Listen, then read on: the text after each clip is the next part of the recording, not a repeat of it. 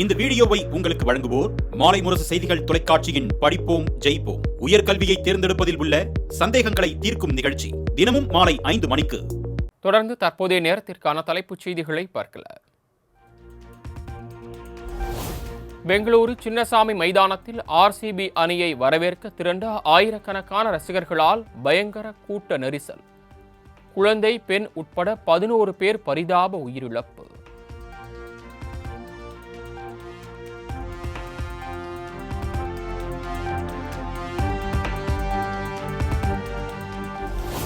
RCB வெற்றி கொண்டாட்டத்தில் முறையாக திட்டமிடுதல் இல்லாததே உயிர் பலிக்கு காரணம். கர்நாடக மாநில அரசு மீது அம்மாநில பாஜக பகிரங்க குற்றச்சாட்டு.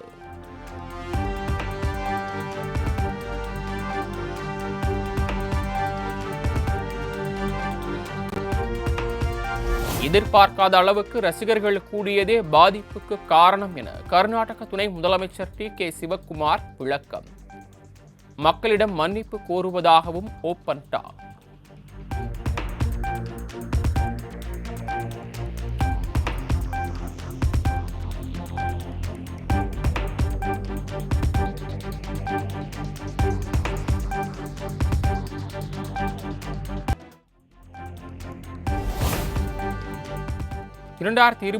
மார்ச் 1ஆம் தேதி சாதிவாரி கணக்கெடுப்புடன் கூடிய மக்கள் தொகை கணக்கெடுப்பு தொடங்கும் என மத்திய அரசு வட்டாரம் தகவல்.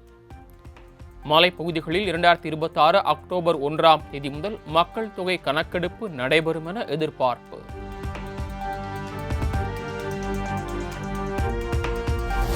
நாடாளுமன்ற மழைக்கால கூட்டத்தொடர் ஜூலை 21இல் தொடங்கி ஆகஸ்ட் 12ஆம் தேதி வரை நடைபெறும் என நாடாளுமன்ற விவகாரங்கள் துறை அமைச்சர் கிரண் ரிஜிஜு அறிவிப்பு. முக்கிய மசோதாக்கள் நிறைவேற்றப்பட வாய்ப்பு.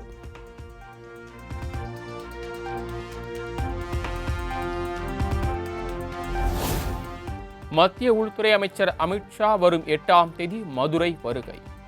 தேர்தல் கூட்டணி வியூகம் மற்றும் நிர்வாகிகளுடன் முக்கிய ஆலோசனை மேற்கொள்ள உள்ளதாக நயினார் நாகேந்திரன் தகவல்.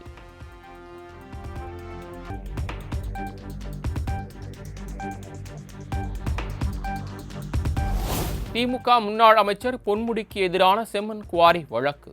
20 பக்கங்கள் கொண்ட கூடுதல் குற்றப்பத்திரிகையை விழுப்புரம் நீதிமன்றத்தில் தாக்கல் செய்தது மாவட்ட பொருளாதார குற்றப்பிரிவு போலீஸ்.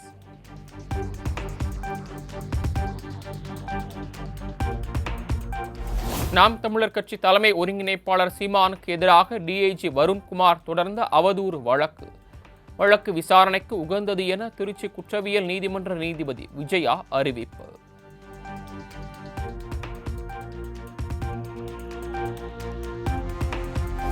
மொழி பிரச்சனையில் எனக்கு உறுதுணையாக இருந்த தமிழ்நாட்டுக்கே நன்றி சொல்ல வேண்டும். உயிரே உறவே தமிழை என்று சொன்னதற்கான அர்த்தத்தை முழுமையாக உணர்வதாகவும் கமல்ஹாசன் நெகிழ்ச்சி. இருந்த தமிழ்நாட்டிற்கே நன்றி சொல்ல வேண்டும். நான் மேடையில் பேசும்போது உயிரே உறவே தமிழே என்று சொன்னதற்கான அர்த்தத்தையும் நான் முழுமையாக உணர்கிறேன்.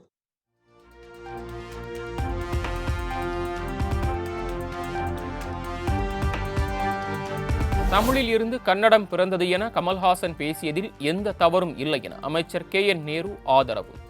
நீதிபதி தமது கருத்தை வெளிப்படுத்தியிருப்பதாக பேட்டி. அவங்க சொல்லுவாங்க, அதுக்கெல்லாம் யாருமே அதை விரும்பல. அவர் சொன்னதுல என்ன தப்பு இருக்கு? இதுல இந்த மொழியில் தமிழ்ல இருந்தெல்லாம் எல்லாமே வந்து தெலுங்கு, மலையாளம் எல்லாமே இதுல இருந்து தான் வந்தது. அவர் சொன்னதுல ஒன்றும் தப்பு இல்லை. ஏதோ நீதிபதி வேணும்னு அவர் சொல்லியிருக்கிறாங்க. அது விஷயம், அதை பத்தி அவங்க பேசிட்டு இருக்கிறாங்க.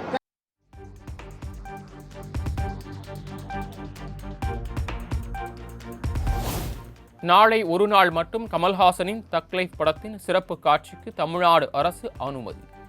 முதல் காட்சி காலை 9 மணிக்கு தொடங்கி இறுதி காட்சி இரவு 8 மணி என மொத்தம் 5 காட்சிகள் திரையிட உத்தரவு.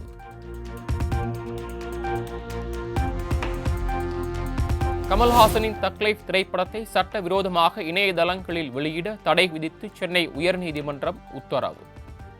சட்டவிரோதமாக வெளியாவதை தடுக்க நடவடிக்கை எடுக்க வேண்டும் என இணையதள சேவை நிறுவனங்களுக்கு ஆணை.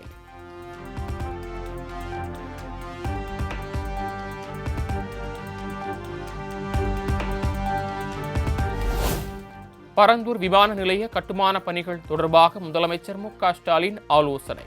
சென்னை தலைமைச் செயலகத்தில் நடைபெற்ற கூட்டத்தில் தொழில்துறை அமைச்சர் மற்றும் முக்கிய அதிகாரிகள் பங்கேற்பு.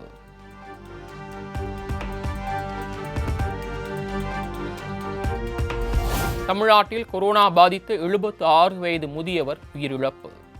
இதுவரை தமிழ்நாட்டில் தொற்றால் 215 பேர் உறுதி செய்யப்பட்ட நிலையில் 4 பேர் பலியாகி உள்ளதாக சுகாதாரத்துறை தகவல்.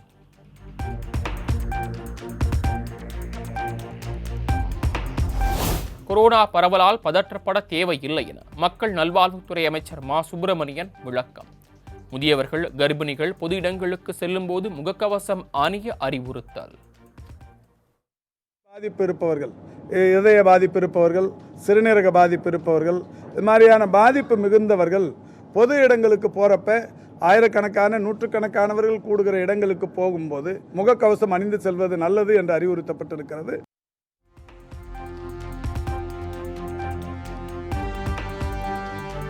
தமிழ்நாட்டில் வீரியம் இல்லாத கொரோனா பரவலால் அச்சப்பட வேண்டிய அவசியம் இல்லை. தேவையான முன்னெச்சரிக்கை நடவடிக்கை எடுக்கப்பட்டுள்ளது. தேவைப்பட்டால் பள்ளிகளில் முகக்கவசம் அணிந்து கொள்ள அறிவுறுத்தப்படும் என அமைச்சர் அன்பில் மகேஷ் தகவல். அந்தந்த ஊரில் இருக்கக்கூடிய அந்தந்த ஹாஸ்பிட்டல்ஸ் ரெடியாகத்தான் இருக்கு நம்மளை பொறுத்த வரைக்கும். ஸோ இது வந்து பயமுறுத்துறதுக்கோ அச்சுறுத்துற மாதிரியான ஒரு இதாக இல்லாத பட்சத்தில் யாருக்கும் பயப்பட வேணாம் அப்படின்னு சொல்லியிருக்காங்க.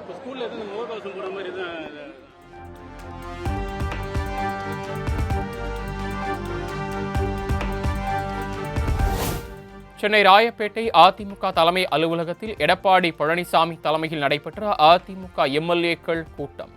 மாநிலங்களவை வேட்பாளர்கள் இன்பதுரை, தனபாலை முன்மொழிந்து எம்எல்ஏக்கள் கையெழுத்து.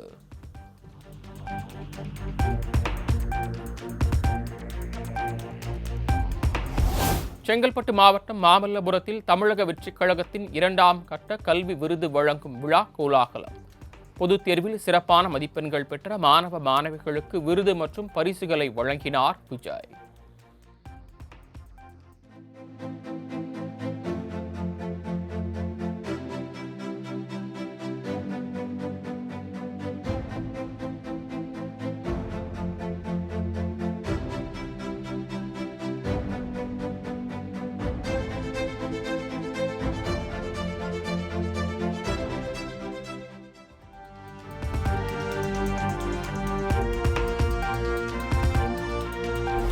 தாவேகா கொடியில் யானை சின்னம் இடம்பெற்றிருப்பதை எதிர்த்து பகுஜன் சமாஜ் கட்சி தாக்கல் செய்த மனுவை தள்ளுபடி செய்ய வேண்டும்.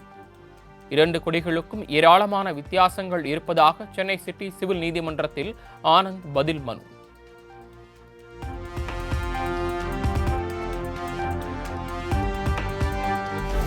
தென்னிந்திய நடிகர் சங்க நிர்வாகிகளின் பதவிக்காலம் சட்டப்படி நீட்டிக்கப்பட்டுள்ளதாக சென்னை உயர்நீதிமன்றத்தில் விஷால் விளக்கம். எந்த கூட்டத்திலும் பங்கேற்காத மனுதாரர் வேறு சிலரின் தூண்டுதலின் வழக்கு தொடர்ந்துள்ளதாகவும் குற்றச்சாட்டு.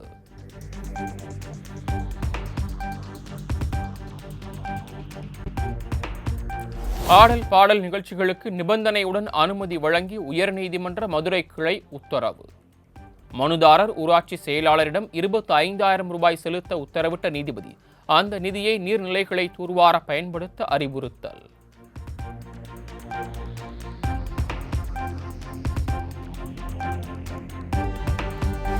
அனைத்து குடும்ப ஓய்வூதியதாரர்களுக்கும் வழங்கப்படும் பொங்கல் பரிசுத் தொகை 500 ரூபாயிலிருந்து 1000 ரூபாயாக அதிகரிப்பு. CD மற்றும் அனைத்து தனி ஓய்வூதியதாரர்களுக்கான பரிசுத் தொகை உயர்வு குறித்த அரசாணையை வெளியிட்டது தமிழக அரசு.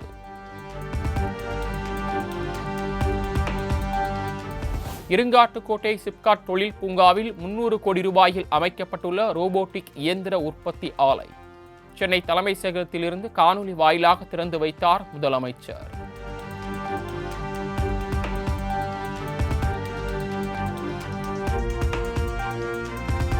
சென்னை தலைமைச் செயலகத்தில் உள்ள சபாநாயகர் அறையில் லோக் ஆயுக்தா கூட்டம்.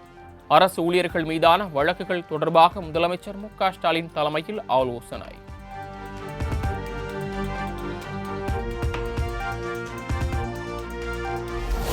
நாகையில் மினி டைட்டல் பூங்கா அமைக்க டெண்டர் கோரியது தமிழ்நாடு அரசு.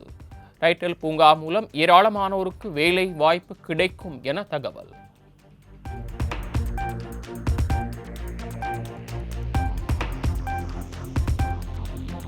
உணவகம் நடத்தி வரும் அனைவருக்கும் 14 புதிய வழிகாட்டு நெறிமுறைகளை வெளியிட்டது உணவு பாதுகாப்புத்துறை. பாதுகாப்பு உரிமம், ஊழியர்களுக்கு தடுப்பூசி, உணவில் செயற்கை நிறமியை தவிர்த்தல் உள்ளிட்ட பல்வேறு கட்டுப்பாடுகள் விதிப்பு.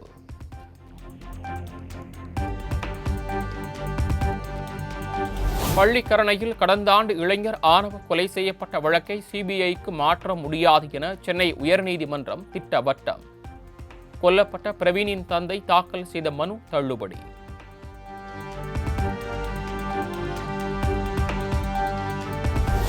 வரும் 11, 12 ஆகிய தேதிகளில் ஈரோடு, சேலம் மாவட்டங்களில் முதலமைச்சர் மு.க. ஸ்டாலின் கள ஆய்வு. 12ஆம் தேதி மேட்டூர் அணையிலிருந்து பாசனத்திற்காக தண்ணீர் திறந்து வைக்க உள்ளதாகவும் தகவல்.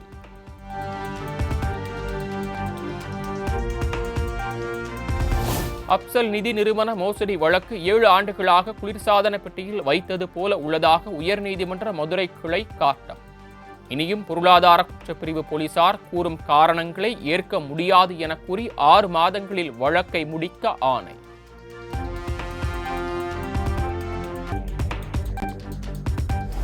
மனோன்மணியம் சுந்தரனார் பல்கலைக்கழகத்தில் வினாத்தாள் கசிந்த வழக்கு சிபிசிஐடிக்கு மாற்றம். 4 மாவட்டங்களை உள்ளடக்கிய விவகாரம் என்பதால் வழக்கு மாற்றப்பட்டதாக தகவல்.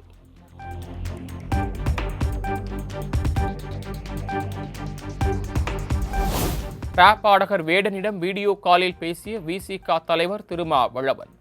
35 வருடங்களாக பேசி வந்த அரசியலை 2 நிமிடத்தில் பாடிவிட்டதாக பாராட்டு. நல்லா இருக்கு, நல்லா புரட்சிகரமா இருக்கு. உங்க பாடல்ல சொல்லப்படுகிற அந்த சொல்ற நீங்க கருத்து இருக்குங்க இல்லையா, அது ரொம்ப புரட்சிகரமா இருக்கு, நல்லா இருக்கு. நாங்க 35 வருஷமா பேசுற அரசியலை நீங்க ஒரு 2 நிமிஷம் பாட்டுல சொல்லிடுறீங்க. அது கரெக்ட். அது இந்த உலகளாவிய பிரச்சனையை வச்சு ஒரு பாடல் பண்ணீங்க, சீனாவை பத்தி சொல்றது, அந்த மற்ற நாடுகள்லாம் நினைச்சு அது ரொம்ப அருமையா இருந்துச்சு. நான் பலமுறை கேட்டேன் அதை இரவுல.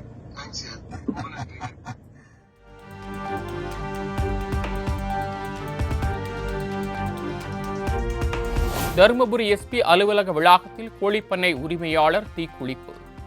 செல்வராஜ் என்பவர் லட்சக்கணக்கில் பணம் கொடுக்காமல் ஏமாற்றியதாக விபரீத முடிவு.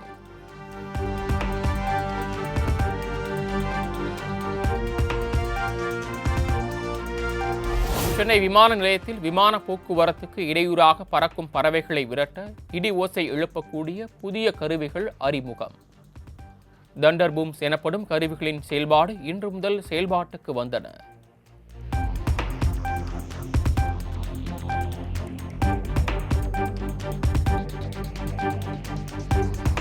தூத்துக்குடியில் பல்வேறு குற்ற வழக்குகளில் தொடர்புடைய ரவுடிகள் திருமண வீட்டில் அரிவாளுடன் நடனம்.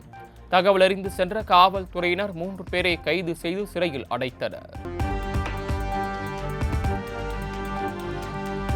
மதுரை எலியார்பட்டி சுங்கச்சாவடியில் நீதிமன்ற உத்தரவை மீறி சுங்க கட்டணம் வசூல். அரசு பேருந்தின் ஃபாஸ்டாக் கணக்கில் பணம் இல்லை என கூறி பேருந்தை நிறுத்தி வைத்ததால் பரபரப்பு.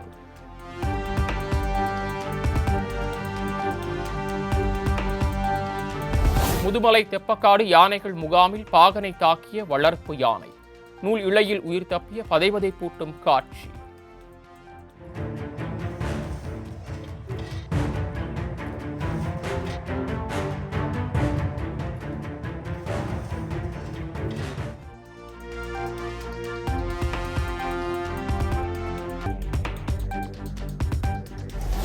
$2,000 கோடி ஊழல் செய்ததாக டெல்லி முன்னாள் அமைச்சர்கள் மணீஷ் சிசோடியா, சத்யேந்திர ஜெயின் உள்ளிட்டோருக்கு டெல்லி ஊழல் தடுப்பு பிரிவு சம்மன். அரசு பள்ளி வகுப்பறை கட்டடங்கள் கட்டியதில் ஊழல் முறைகேடு செய்ததாக எழுந்த புகாரில் நடவடிக்கை.